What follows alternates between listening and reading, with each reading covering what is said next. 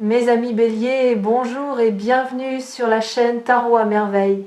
Pour votre tirage général, ceux qui me découvrent, soyez les bienvenus. Quelque part, en ce moment, quelqu'un retient sa respiration. Pas physiquement, émotionnellement. Cette personne porte en elle des mots qui sont devenus si lourds, si denses, si chargés de tout ce qu'elle n'a jamais osé dire, qu'ils exercent une pression constante sur sa poitrine. Une pression qui augmente de jour en jour, comme un mécanisme dont le ressort se comprime et qui approche du point de relâchement, le point où la tension devient insoutenable et où les mots sortent, non plus par choix, par nécessité physique. Ce moment approche, et quand il arrivera, l'impact sera celui d'une déflagration. Pas une déflagration destructrice, une déflagration libératrice. Le genre d'explosion qui ne détruit pas les murs mais qui fait sauter les verrous, qui n'abat pas les structures mais qui ouvre les portes que personne n'arrivait à débloquer. Pour comprendre ce qui arrive, je vais démonter le mécanisme devant vous, pièce par pièce, comme un horloger qui ouvre le boîtier d'une montre et en expose les rouages. Car ce qui se joue entre vous et cette personne n'est pas le fruit du hasard, c'est une mécanique précise, complexe, et d'une beauté que vous ne pouvez voir que lorsque chaque pièce est posée sur la table. Premier rouage. Le silence. Le silence de cette personne n'est pas ce que vous croyez. Vous l'avez interprété comme de l'indifférence, comme un désintérêt, comme la preuve que vous ne comptez pas assez pour mériter une parole. Mais regardez ce silence comme un horloger regarde un ressort comprimé. Le ressort est silencieux, immobile, il ne fait aucun bruit, aucun mouvement. Et pourtant, il contient plus d'énergie que n'importe quelle pièce en mouvement dans le mécanisme. Toute la puissance de la montre est concentrée dans cet objet immobile. C'est le paradoxe du ressort. Moins il bouge, plus il est puissant. Moins il s'exprime, plus ce qu'il contient est explosif. Le silence de cette personne fonctionne exactement de la même manière. Chaque jour de silence n'est pas un jour de vide, c'est un jour de compression, un tour de plus dans le ressort. Une charge supplémentaire dans la réserve d'énergie qui se libérera au moment de l'appel. Et cette charge est déjà considérable, parce que le silence dure depuis un moment, parce que les mots se sont accumulés, parce que les pensées non exprimées ont atteint une densité qui ne peut plus être contenue indéfiniment. Vous avez peu être remarqué des signes de cette pression, des messages laconiques qui ne disent rien mais qui disent tout, des réactions légèrement disproportionnées à des choses anodines, comme si l'émotion vraie cherchait n'importe quelle fissure pour sortir, des tentatives d'approche avortées, commencées puis interrompues, qui ressemblent au premier tremblement d'un volcan avant l'éruption. Ces micro-expressions de la pression intérieure sont les tic-tac du mécanisme. Et les tic-tac s'accélèrent. Vous vous êtes peu être demandé si vous aviez fait quelque chose de mal, si votre dernier échange avait blessé, si une parole malheureuse avait creusé un fossé. Vous avez retourné les conversations dans votre tête, cherchant le moment précis où les choses avaient basculé. Et vous n'avez rien trouvé. Parce qu'il n'y a rien à trouver. Le silence n'a pas été causé par une erreur de votre part. Il a été causé par la profondeur de ce que cette personne ressent. Plus le sentiment est profond, plus le silence qui le précède est long. Les sentiments légers trouvent facilement les mots. Ils se glissent dans des textes décontractés, des plaisanteries, des allusions légères. Mais les sentiments profonds sont muets. Ils cherchent un vocabulaire qui n'existe pas encore.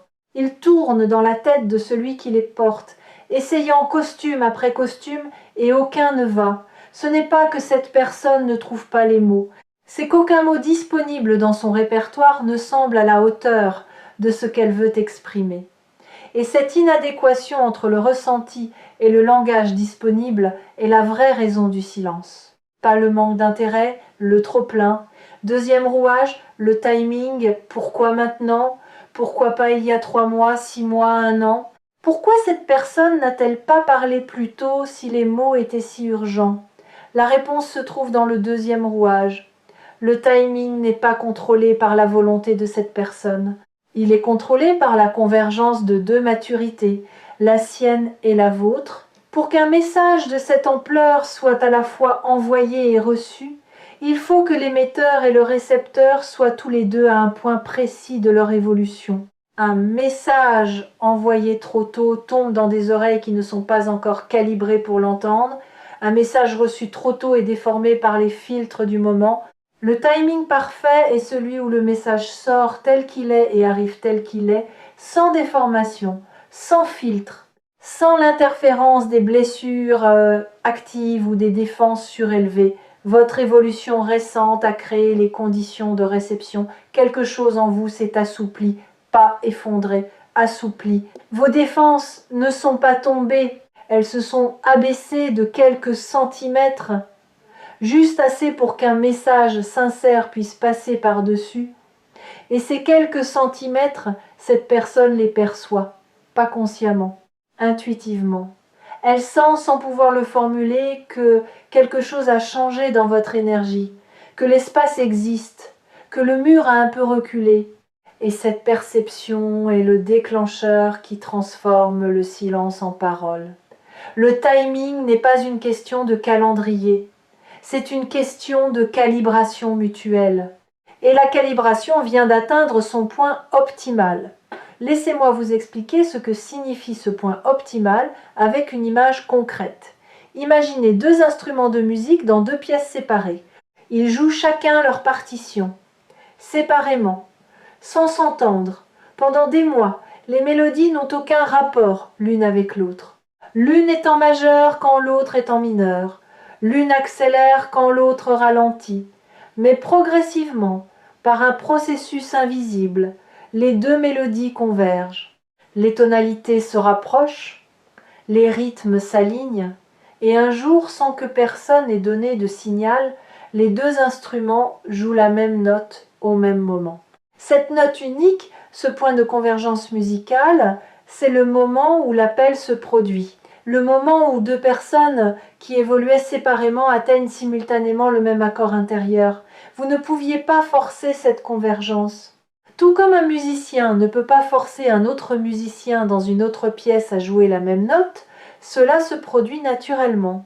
Par la maturation parallèle de deux êtres qui sont connectés par un fil invisible, et ce fil, aussi invisible soit-il, a guidé vos deux évolutions vers ce point de rencontre avec une précision qui dépasse toute intention humaine. Troisième rouage, la peur. Ce rouage-là est le plus complexe du mécanisme et il fonctionne dans les deux sens. Parce que la peur n'est pas seulement du côté de cette personne, elle est aussi du vôtre. Et ces deux peurs, la sienne de parler et la vôtre d'entendre, s'alimentent mutuellement dans une boucle qui a maintenu le statu quo pendant tout ce temps. La peur de cette personne n'est pas la peur du rejet, c'est quelque chose de plus subtil. C'est la peur de la transformation. Elle sait, avec une lucidité qu'elle préférerait ne pas avoir, que les mots qu'elle porte vont tout changer. Que prononcer ces mots, c'est franchir un seuil après lequel rien ne sera plus pareil. Ni elle, ni vous, ni la dynamique entre vous. Et l'inconnu de l'après lui semble plus terrifiant que l'inconfort du maintenant. Alors elle reste dans l'inconfort, parce que l'inconfort est familier. Et le familier, même douloureux, semble plus sûr que le nouveau. Votre peur à vous est symétrique mais inversée. Vous n'avez pas peur de ce que cette personne pourrait dire. Vous avez peur de ce que cela exigerait de vous. Entendre la vérité de quelqu'un oblige à y répondre avec votre propre vérité. Et votre propre vérité, celle que vous gardez scellée sous des couches de rationalisation et de distance protectrice, vous effraie peu, être autant que la sienne l'effraie. Mais voici ce que le troisième rouage enseigne quand on l'examine de près.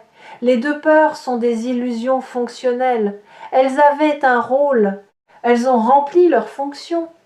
Elles vous ont protégés tous les deux pendant le temps nécessaire. Mais leur temps est révolu. Elles continuent de tourner par inertie, comme un engrenage dont le moteur est coupé mais qui fait encore quelques tours par la force de son propre mouvement. Ces derniers tours sont ceux que vous vivez en ce moment. les dernières résistances avant le calme, les derniers sursauts de la peur avant qu'elle ne cède la place à quelque chose de plus grand qu'elle.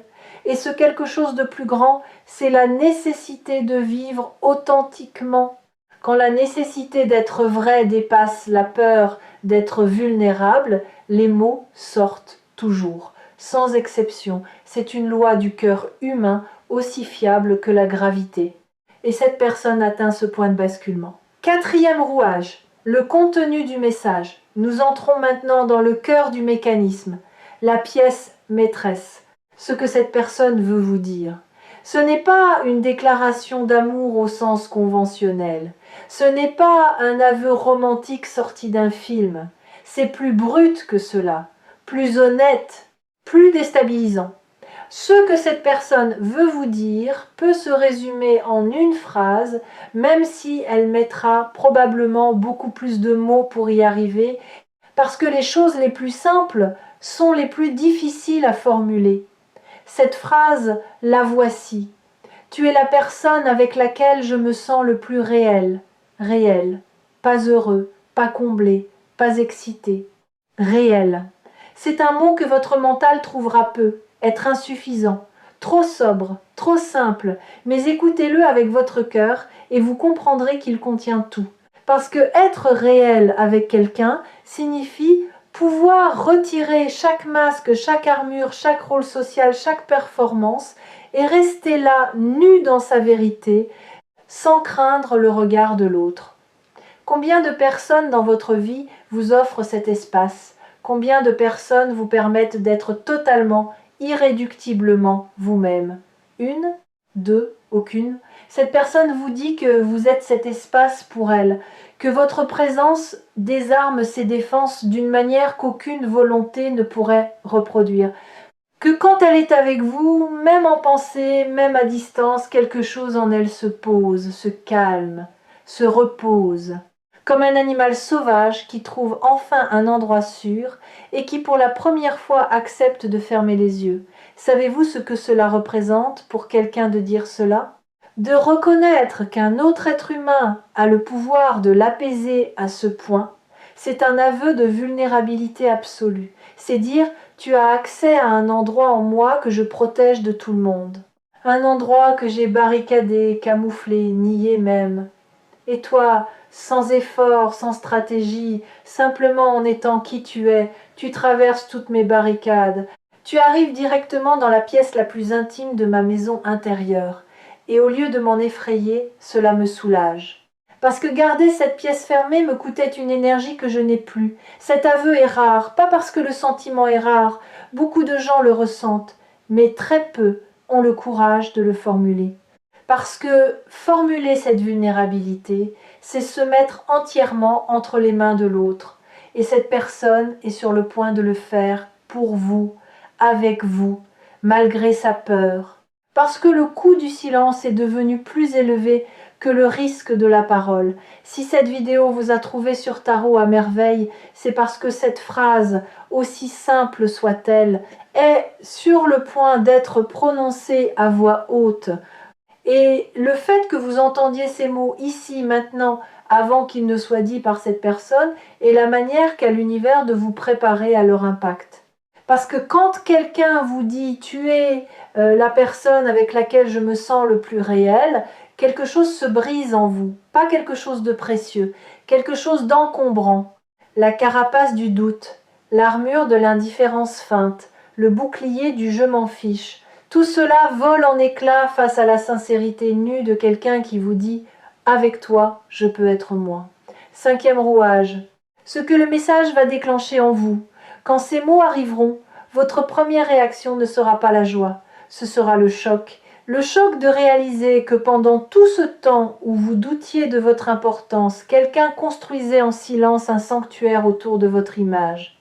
Le choc de comprendre que votre manière d'être, celle que vous considérez comme ordinaire, banale, parfois même ennuyeuse, est précisément ce qui rend cette personne vivante. Le choc de mesurer l'écart abyssal entre la perception que vous avez de vous-même et la place que vous occupez réellement dans la vie de quelqu'un d'autre, ce choc va secouer vos fondations. pas pour les détruire, pour les rééquilibrer parce que vos fondations actuelles sont déséquilibrées. Elles penchent du côté de la sous-estimation, du côté du « je ne suis pas assez ». Du côté de cette croyance tenace que les gens qui restent dans votre vie le font par habitude ou par défaut plutôt que par choix délibéré. Et les mots de cette personne vont remettre les fondations d'aplomb, en posant sur le plateau de la balance un poids que votre doute ne pourra pas contrebalancer. Le poids de la vérité dit à voix haute par quelqu'un qui n'avait rien à y gagner, sauf le soulagement de ne plus mentir par son silence. Après le choc viendra quelque chose d'inattendu, de la tendresse. Pas de la tendresse pour cette personne, de la tendresse pour vous-même, parce que vous réaliserez que l'être humain que cette personne décrit avec tant de vénération, c'est vous. C'est vous qu'elle voit quand elle dit réel. C'est votre rire qu'elle entend quand elle cherche le réconfort. C'est votre regard qu'elle imagine quand elle a besoin de se sentir vue. Et cette réalisation provoquera en vous un mouvement rare, le mouvement de vous regarder avec les mêmes yeux, de vous voir tel que cette personne vous voit, de découvrir que l'être humain que vous malmenez intérieurement depuis des années est un être humain extraordinaire vu de l'extérieur. Il y a un deuil dans cette découverte, pas un deuil triste, un deuil nécessaire, le deuil de l'image de vous que vous portiez depuis si longtemps, l'image du pas assez, du trop ordinaire, du toujours à côté. Cette image va mourir, non pas d'un coup, mot par mot. À mesure que les paroles de cette personne pénétreront votre conscience et dissoudront syllabe par syllabe la fiction que vous aviez construite autour de votre propre personne. Et sur les cendres de cette image mourante va naître quelque chose de neuf. Pas un ego surdimensionné, pas une confiance artificielle, une estime juste, calibrée, fondée non pas sur ce que vous pensez de vous, mais sur ce que votre existence produit réellement dans la vie des autres. Et cette estime-là est inattaquable parce qu'elle ne repose pas sur l'opinion, elle repose sur l'impact. Et votre impact, vous allez enfin le mesurer à travers les yeux de quelqu'un qui l'a vécu de l'intérieur. Vous allez aussi ressentir quelque chose d'inattendu, du regret. Pas le regret d'avoir fait quelque chose de mal, le regret d'avoir passé tant de temps à douter, tant d'énergie à vous diminuer, tant de jours à croire que vous étiez interchangeable alors que vous étiez irremplaçable. Ce regret sera bref, parce que le présent, ce qui s'ouvre devant vous, sera si lumineux qu'il effacera rapidement l'ombre du temps perdu. Mais il aura la vertu de vous enseigner quelque chose que vous n'oublierez plus jamais, ne plus jamais douter de votre importance, plus jamais. 6e rouage, l'après. Quand un horloger a exposé tous les rouages, quand chaque pièce est sur la table et que le mécanisme est entièrement compris, il reste une question. Que se passe-t-il quand on rassemble les pièces et qu'on laisse la montre sonner? Ce qui se passe, c'est que le temps reprend. Le temps qui semblait suspendu entre vous et cette personne. Le temps qui s'était figé dans un entre-deux inconfortable où vous n'étiez ni ensemble, ni séparés, ni proches, ni distants, ni en paix, ni en conflit. Ce temps reprend sa course. Et il reprend dans une direction nouvelle, pas la direction du passé, pas le retour à ce qui était, la direction de ce qui n'a jamais existé, d'une configuration de votre lien qui n'avait pas encore eu l'occasion de se manifester parce que les conditions intérieures n'étaient pas réunies. Ces conditions sont maintenant réunies. Le ressort est à son maximum de tension. Le timing est optimal. La peur a fait ses derniers tours. Le message est mûr. Et votre capacité à le recevoir est à son plus haut niveau depuis le début de cette histoire. Quelque chose de beau va se produire dans l'espace entre vous et cette personne. Un espace qui était autrefois rempli de non-dits, de suppositions erronées et de distances auto-imposées va se transformer en un espace de clarté. Pas de clarté froide et clinique, de clarté chaude. La clarté de deux êtres qui posent enfin les armes et qui se regardent sans le filtre de la protection, sans le voile de l'orgueil, sans le masque du je m'en fiche aussi. juste deux visages nus, deux vérités face à face. Et le soulagement immense, presque physique, de ne plus jouer. Vous avez joué, elle a joué. Vous avez tous les deux joué le jeu du détachement, de la distance calculée, de l'indifférence stratégique, et ce jeu vous a épuisé, tous les deux. Pas parce qu'il était difficile à jouer, parce qu'il était faux. Et jouer faux quand on ressent vrai est la chose la plus épuisante qui existe. Votre corps le sait. Votre corps est fatigué de porter le masque. Et le corps de cette personne est fatigué aussi. Deux fatigues qui convergent vers le même remède. La vérité, l'appel qui vient ne sera pas seulement un moment, ce sera un tournant. Le genre de tournant qu'on identifie des années plus tard comme le moment où tout a basculé, où l'ancienne dynamique a cédé la place à une dynamique entièrement nouvelle, où les rôles familiers se sont dissous pour être remplacés par quelque chose de plus vrai, de plus nu, de plus courageux. Vous allez peu être hésité à décrocher, non pas par indifférence, par respect pour l'ampleur de ce qui se joue, par cette intuition que répondre à cet appel, c'est accepter d'entrer dans un territoire inconnu, un territoire sans carte, sans guide, sans garantie, mais avec une boussole. Et cette boussole, c'est la vérité que vous avez en commun avec cette personne. La vérité brute, non filtrée, non emballée, qui va être posée entre vous comme un objet précieux sorti de son coffre pour la première fois, décrochez quand même. Décrocher avec le cœur battant et les mains qui tremblent, décrocher en sachant que le tremblement n'est pas de la faiblesse, c'est le signe que ce qui se passe est réel. Les choses sans importance ne font pas trembler. Seules les choses qui comptent ont ce pouvoir. Et ceci compte plus que vous ne le mesurez encore.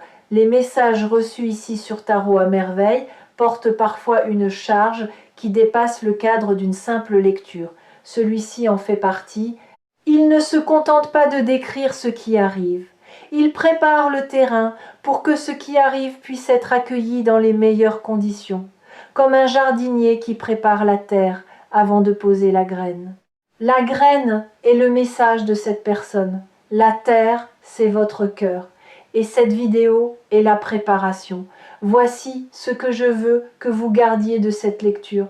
Au-delà des détails, au-delà de l'identité de cette personne ou du moment exact de l'appel, ce que je veux que vous gardiez, c'est la compréhension du mécanisme. La compréhension que rien dans votre vie n'est aléatoire, que le silence avait une fonction, que le timing a une intelligence, que la peur a une date d'expiration, que le message qui vient était inévitable depuis le moment où deux personnes ont créé entre elles un espace de vérité. Vous avez créé cet espace par votre authenticité, par votre patience, par votre refus de jouer des rôles dans une relation qui méritait mieux que le théâtre. Et cet espace, nourri par le temps et mûri par l'absence, est devenu si vaste qu'il ne peut plus rester vide. La nature a horreur du vide, et l'amour, sous toutes ses formes, a horreur du silence quand le silence n'a plus rien à enseigner. Votre rôle dans les jours qui viennent est simple, mais exigeant. Restez ouvert. Ne pas refermer les écoutilles à la première vague d'émotions. Ne pas retourner dans la forteresse du détachement au premier signe de vulnérabilité.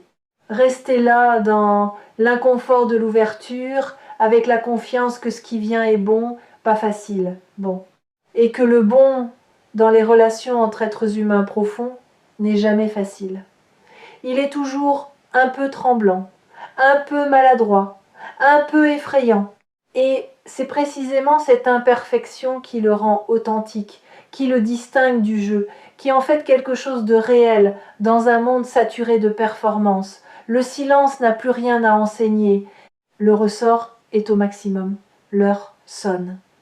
Et quand vous aurez besoin de vous rappeler que ce mécanisme est réel, que chaque rouage tourne avec précision vers ce moment, revenez sur Tarot à merveille. Revenez à cette image de l'horloge, à ces rouages démontés puis rassemblés, Et rappelez-vous que les meilleures horloges ne sont pas celles qui font le plus de bruit, ce sont celles qui sonnent juste. Et ce qui sonne ici est d'une justesse que 10 ans de pratique m'ont rarement permis de percevoir. L'appel arrive, les mots sont prêts, et vous, malgré ce que vous croyez, êtes exactement assez préparé pour les entendre. Décrochez. La vérité attend de l'autre côté de la ligne. Et elle est plus belle, plus douce et plus puissante que tout ce que votre imagination avait osé dessiner.